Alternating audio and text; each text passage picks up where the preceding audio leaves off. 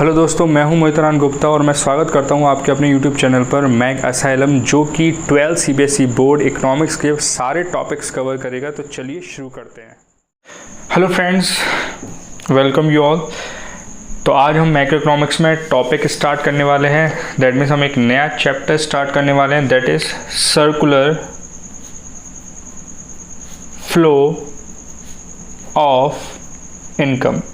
ये आपका first chapter है मैक्रो इकोनॉमिक्स का। पिछली वीडियो में हमने एज अ रिवीजन वीडियो ली थी, जिससे कि थोड़े पुराने पॉइंट्स, पुराने टर्म्स याद आ जाए। तो हम circular flow of income start करने जा रहे हैं मैक्रो इकोनॉमिक्स का पहला चैप्टर फर्स्ट, है ना। चलिए अब बात करते हैं कि इस चैप्टर को पढ़ने से पहले कुछ बेसिक पॉइंट्स समझ में आने चाहिए। अब ये सारी कहानी किसके पीछे घूम रही है? सारी कहानी, जो सारा खेल है, वो डिमांड एंड सप्लाई का है। अब डिमांड एंड सप्लाई हम बात करते थे माइक्रो इकोनॉमिक्स में, लेकिन डिमांड एंड सप्लाई जो हम बात करते थे, किसी फर्म की बात कर ली, इंडिविजुअल फर्म की, किसी कंज्यूमर की बात कर ली, है ना, किसी प्रोड्यूसर की बात कर ली। लेकिन अब हम मैक्रो इकोनॉमिक्स पढ़ रहे हैं। क्या पढ़ रहे हैं? Macro economics. और मैक्रो इकोनॉमिक्स में हम जो डिमांड और सप्लाई की बात करते हैं, तो एज अ होल इकोनॉमी की बात करते हैं। टोटल इकोनॉमी की टोटल डिमांड, टोटल सप्लाई। तो हम डिमांड वर्ड यूज ना करके इस सब्जेक्ट में हम एग्रीगेट डिमांड और एग्रीगेट सप्लाई वर्ड यूज करते हैं। एग्रीगेट डिमांड और एग्रीगेट सप्लाई का मतलब होता है, aggregate means total demand and total supply macro level पर। दैट मीन्स कि as a whole economy level पर जो डिमांड है, as a whole economy level पर जो सप्लाई है गुड्स एंड सर्विसेज की, that is aggregate demand and aggregate supply. सारी कहानी इधर घूमती है पूरे। अगर हम देखें तो काफ़ी सारे चैप्टर्स जो है मैक्रो इकोनॉमिक्स में, सारे इधर ही सारी कहानी घूमती है पूरी। तो हम इसको स्टार्ट करते हैं और कुछ पॉइंट्स मैं आपको बताना चाहता हूँ कि फर्म जो है ये एग्रीगेट सप्लाई करेगी। अच्छा, कोई कंज्यूमर, मान लीजिए इंडिया के बहुत सारे कंज्यूमर डिमांड करते हैं, तो दैट मीन्स कि एग्रीगेट डिमांड हो रही है। इंडिया के सारे कंज्यूमर हर तरह की डिमांड करते हैं। इवन मान लीजिए निडल डिमांड कर रहे हैं, स्वीट डिमांड कर रहे हैं, हम जो वेफर्स खाते हैं, हम जो फास्ट फूड खा रहे हैं, हम जो कार खरीदते हैं, एवरीथिंग। तो सबकी डिमांड को, गुड्स एंड सर्विसेज की डिमांड को अगर हम जोड़ दें तो एग्रीगेट डिमांड बन जाती है। तो मान लीजिए इंडिया के रहने वाले 135 करोड़ लोग जो है, 135 करोड़ लोग जो है वो डिमांड करते हैं, दैट इज एग्रीगेट डिमांड। तो डिमांड कर तो लेंगे, लेकिन डिमांड होने से पहले उसका प्रोडक्शन जरूरी है ना।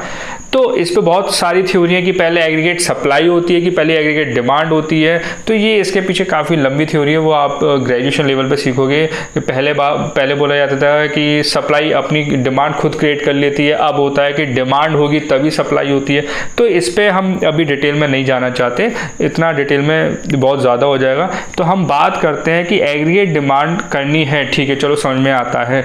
लेकिन एग्रीगेट डिमांड करने से पहले फर्म को उसे प्रोड्यूस करना पड़ेगा। क्या करना पड़ेगा? प्रोड्यूस करना पड़ेगा। जो भी इकोनॉमी की जितनी भी फर्म्स होंगी, सबको कुछ ना कुछ प्रोड्यूस करना पड़ेगा। कोई फर्म बिस्किट्स प्रोड्यूस कर रही है, कोई फर्म कार प्रोड्यूस कर रही है, कोई फर्म मोटर बाइक प्रोड्यूस कर रही है, कोई फर्म सर्विसेज प्रोड्यूस कर रही है लाइक होटल्स, कोई फर्म रेस्टोरेंट में सर्विसेज प्रोड्यूस कर रही है, फूड्स एंड ऑल ये सारी चीज़ें। तो मतलब कोई ना कोई फर्म प्रोड्यूस कर रहा है और कोई ना कोई इंडिया में उसे कंज्यूमर, बड़े लेवल पर बहुत सारे कंज्यूमर उसे डिमांड कर रहे हैं। तो aggregate demand that is and aggregate supply. तो एग्रीगेट सप्लाई करने के लिए उसे पहले प्रोड्यूस करना पड़ेगा। अब प्रोड्यूस करना पड़ेगा तो प्रोडक्शन के लिए बहुत सारी नीड की जरूरत है। क्या किसकी जरूरत है? Need, requirement. दैट मीन्स कि रिसोर्सेज की जरूरत है। बिना रिसोर्सेज के कोई भी चीज़ प्रोड्यूस नहीं हो सकती। फॉर एग्जांपल, आप अपने घर पे रह रहे हो, आपकी नीड है, आपको खाना बनाना है, आपको वाटर चाहिए, मिल्क चाहिए, तो बहुत सारी चीज़ें चाहिए, आपके डेली के खर्चे पूरे करने हैं, डेली जो घर के खर्चे होते हैं, तो मतलब डिमांड पूरी करनी। तो उसके लिए आपको रिसोर्स भी चाहिए। तो रिसोर्सेज में क्या आ जाएगा? मनी आ जाएगा। तो पैसों की जरूरत पड़ेगी इन सब चीज़ों पर।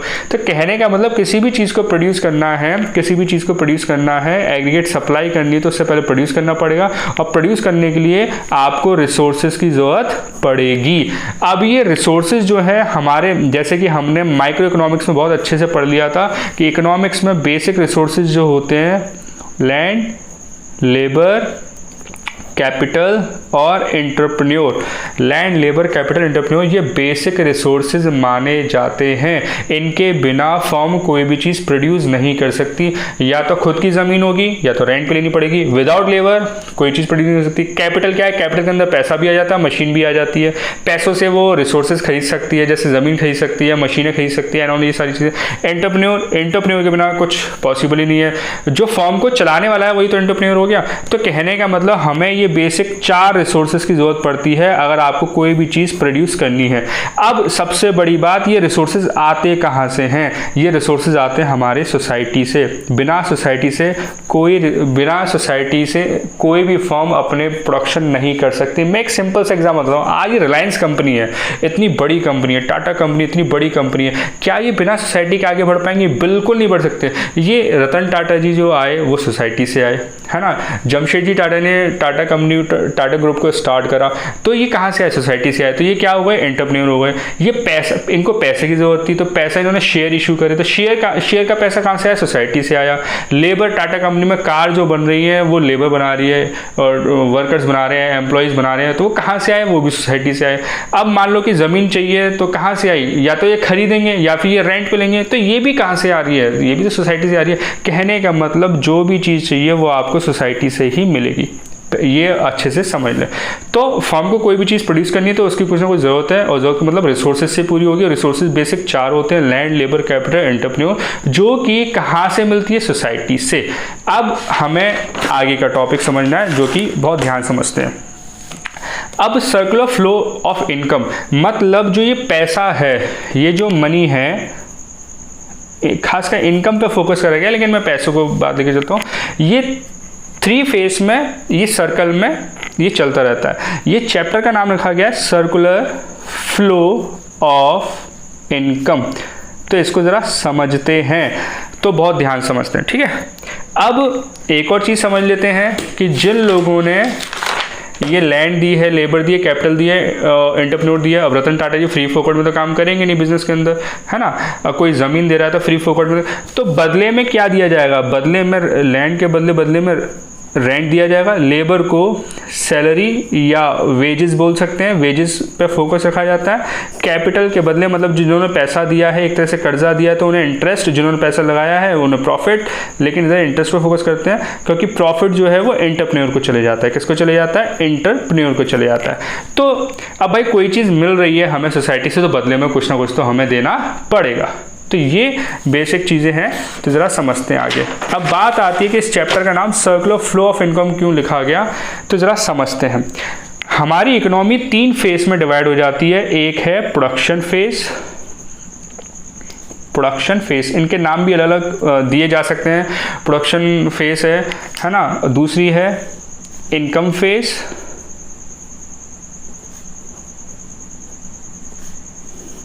और लास्ट है एक्सपेंडिचर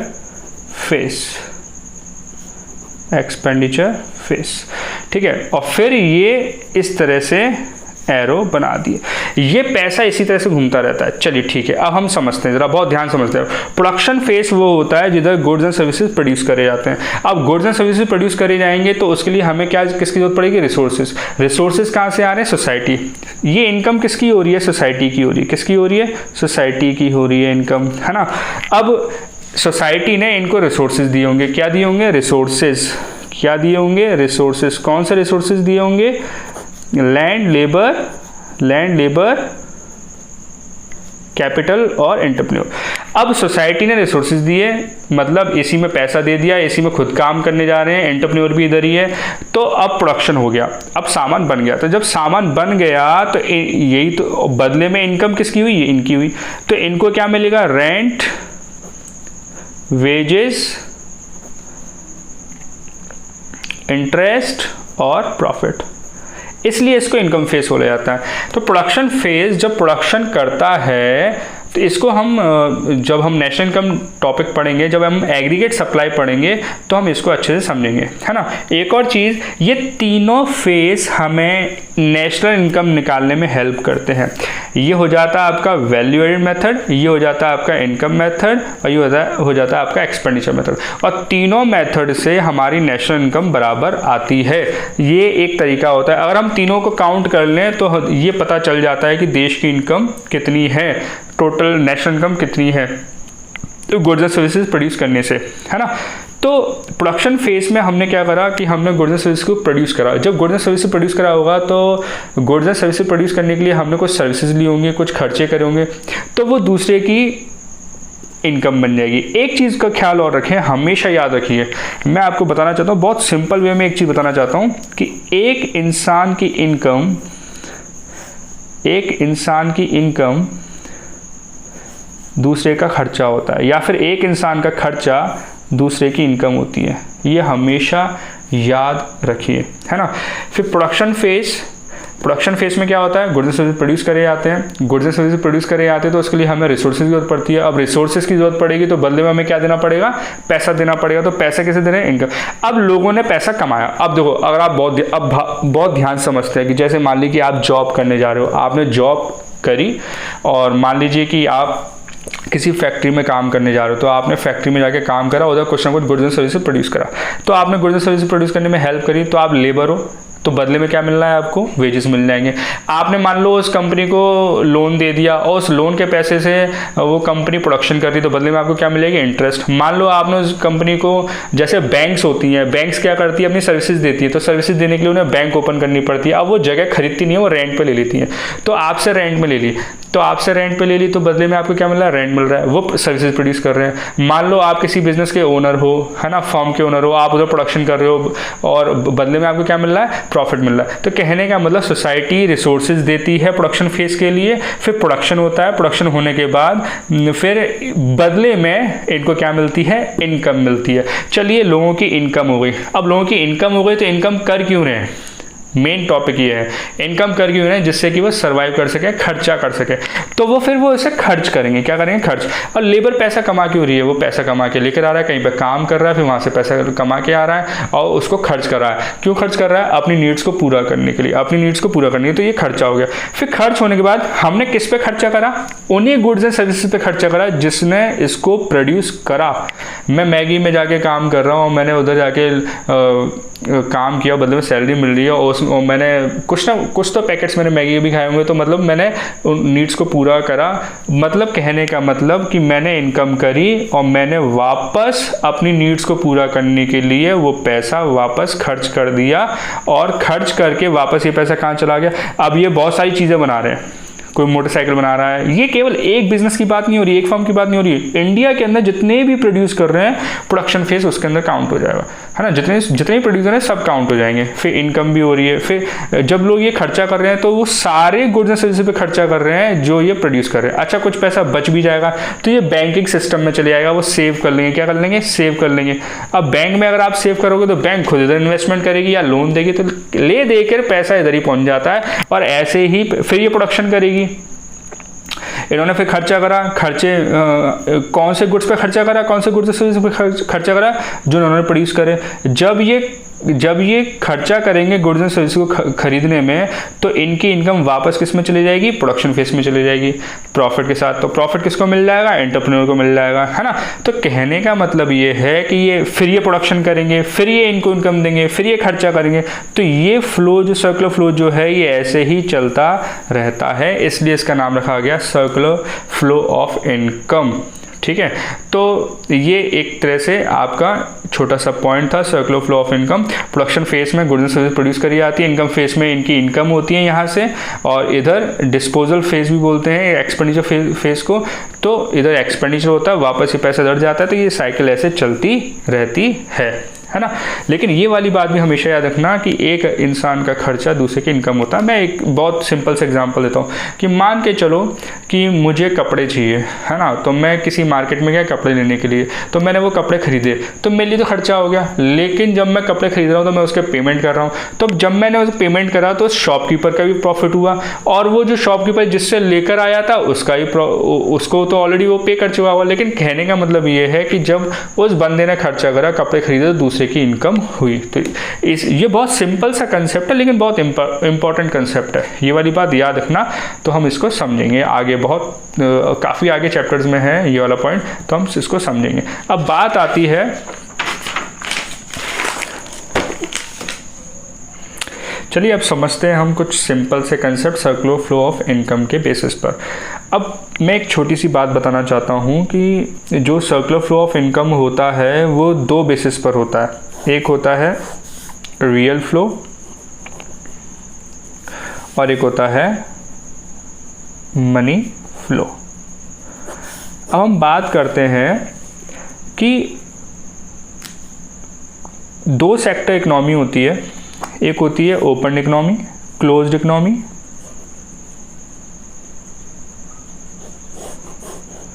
और एक होती है ओपन इकोनॉमी। हालांकि इसका मतलब ये नहीं कि रियल फ्लो में क्लोज्ड इकोनॉमी आती है और मनी फ्लो में ओपन इकोनॉमी आती है, ये चीज़ अलग है। एक होती है ओपन इकोनॉमी। अच्छा, क्लोज्ड इकोनॉमी और ओपन इकोनॉमी क्या फ़र्क होता है? क्लोज्ड इकोनॉमी का मतलब होता है विदिन अ कंट्री जो सारी चीज़ें हो रही हैं, दैट इज़ क्लोज्ड इकोनॉमी।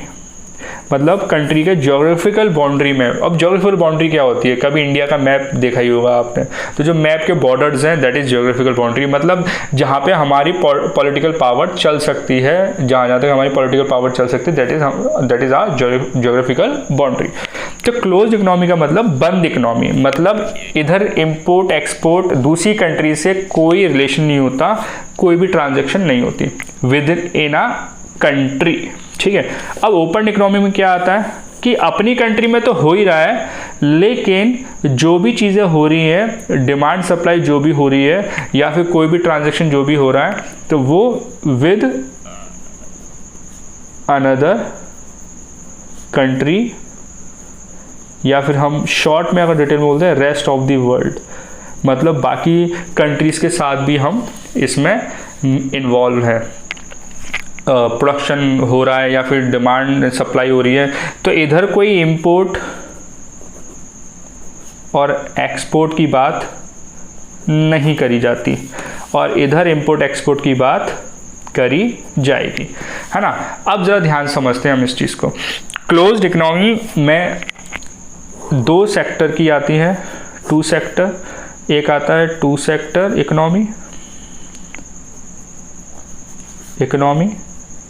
जिसे हमें पढ़ना है, यही हमारे सिलेबस में है। एक आता है three sector economy. Three sector economy भी क्लोज्ड इकोनॉमी में आता है, थ्री सेक्टर इकोनॉमी। और ये जो है ओपन इकोनॉमी जो है फोर सेक्टर इकोनॉमी में आता है। किस में आता है? Four sector economy. अच्छा, अब बात करते हैं कि इन्हें टू सेक्टर क्यों बोला जाता है? क्योंकि टू सेक्टर में हाउस होल्ड मतलब सोसाइटी और फर्म आती हैं। ठीक है, ये दो सेक्टर आते हैं। इधर कौन कौन आता है? हाउस होल्ड, फर्म और गवर्नमेंट भी आ जाता है। अच्छा, एक और सेक्टर ऐसा है जो हिडन रहता है, जिसको हम काउंट नहीं करते, that is a finance sector. Finance market को हम बात कर सकते हैं, तो वो सभी सेक्टर में रहेगा, इसके हम काउंट नहीं करते, लेकिन रहता है। लेकिन हमारे सिलेबस में केवल इन दोनों का ही जिक्र करा गया है, तो हम इसी को लेकर चलेंगे। फोर्थ सेक्टर इकोनॉमी में क्या होता है कि हाउस होल्ड भी आता है, फर्म भी आती है, गवर्नमेंट भी आती है और रेस्ट ऑफ द वर्ल्ड भी आता है। ठीक है, अब ये तो समझ में आ गया होगा कि क्लोज्ड इकोनॉमी और ओपन इकोनॉमी में क्या डिफरेंस है। क्लोज्ड इकोनॉमी मतलब जो भी डिमांड एंड सप्लाई हो रही है, एग्रीगेट डिमांड एग्रीगेट सप्लाई हो रही है, वो विद इन अ कंट्री हो रही है। जो भी जो मनी का फ्लो जो हो रहा है, जो सर्कुलर फ्लो ऑफ इनकम का फ्लो जो हो रहा है, इनकम का जो flow with in a country हो रहा है, दैट इज क्लोज्ड इकोनॉमी। और अगर इनकम का फ्लो बाहर की कंट्री के साथ भी हो रहा है, तो जैसे हम इंपोर्ट कर रहे हैं, एक्सपोर्ट कर रहे हैं, दैट इज ओपन इकोनॉमी। ठीक है, तो हम बात करते हैं जो हमारे सिलेबस में है, तो हम बात करते हैं टू सेक्टर इकोनॉमी की। किसकी बात करते हैं? Two sector economy. तो ये वाली बात समझ लें कि क्लोज इकोनॉमी में टू सेक्टर 3 सेक्टर आता है और ओपन इकोनॉमी में 4 सेक्टर आता है। तो टू सेक्टर इकोनॉमी की हम बात करेंगे जो हमारे सिलेबस में है। अब टू सेक्टर इकोनॉमी में भी दो तरह के आते हैं, जैसे कि मैंने बताया, रियल फ्लो और मनी फ्लो। तो चलिए हम बात करते हैं, समझते हैं। देखिए अब बहुत ध्यान समझते हैं, फैक्टर सर्विसेज क्या होता है, ये हम अभी थोड़ी देर पहले हम पढ़ चुके हैं इसे। और फैक्टर इनकम क्या होता है ना, ये अलग से भी 1 नंबर में पूछा जा सकता है। सबसे पहले हम पढ़ने वाले हैं मनी फ्लो। क्या पढ़ने वाले हैं? मनी फ्लो पढ़ने वाले हैं, जो कि इजी है। इजी तो ये सारे पॉइंट्स हैं।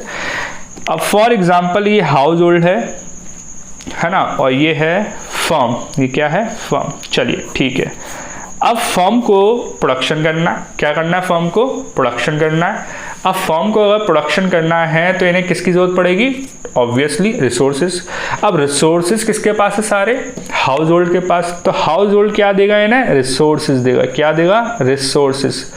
तो सारे रिसोर्सेज दे देगा, जो कि क्या है? लैंड, लेबर, कैपिटल और एंटरप्रेन्योर्स, है ना। अब इनको हम बोलेंगे क्या? इनको बोलेंगे सर्विसेज देगा। क्या देगा? सर्विसेज। हाउस होल्ड फर्म को सर्विसेज दे रहे हैं। कौन सी सर्विसेज दे रहे हैं? Factor services. कौन सी दे रहे हैं?